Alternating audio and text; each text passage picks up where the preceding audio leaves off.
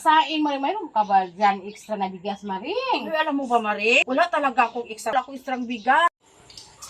Magsaing na ako kasi baka yung mga anak ko na mula sa eskwelahan na baka gutumin ngayon pag uwi nila tapos wala ako sinaing. Magtingin ko nga yung bang bigas. Naku! Wala nang bugas! Wala nang bigas! Nasaan kaya yung asawa ko ngayon? Paano kaya ito? Ano kahang lungagin ko ngayon? Wala akong bigas. Punta kaya ako kay Kumari. Baka mayroon siyang bigas doon. Pag uwi nila dito, gugutumin sila.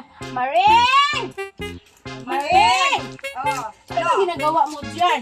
Maring, pwede ba ako sa'yo na? Maring, hindi ko rin masaan yung pare mo. Tapos magsaing sana ako para pag uwi ng mga anak ko galing sa paaralan na baka magutuman sila kasi siyempre yung mga anak natin manghingi ng pagkain. Kasi nga, nung bumili yung kumpare mo kahapon, alam mo ba? Nalaman-laman ko!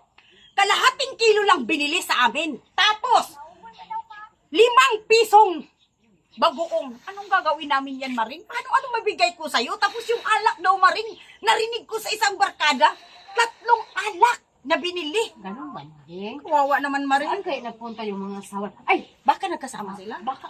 baka nagpunta doon sa isang kaibigan nila. Puntahan kaya natin. Dala, Maring. sama na lang tayo, Maring. Mamaya na ako maglinis. Kasi ako Maring, kasi yung baka yung mga anak ko umuwi. Walang pagkain sa bahay namin, Maring, kasi walang bigas. Puntahan natin, kawawa naman yung mga anak natin. Hindi man lang pinayurity ng mga asawa natin. Ano ba talagang nangyari sa mga asawa natin? Doon, Maring, baka nandun, nagsama silang dalawa, Maring. Ngayon lang. Papagalitan natin yun. Saan kaya yun? Asan kaya sila nagpunta, Maring? Cut! Cut dyan.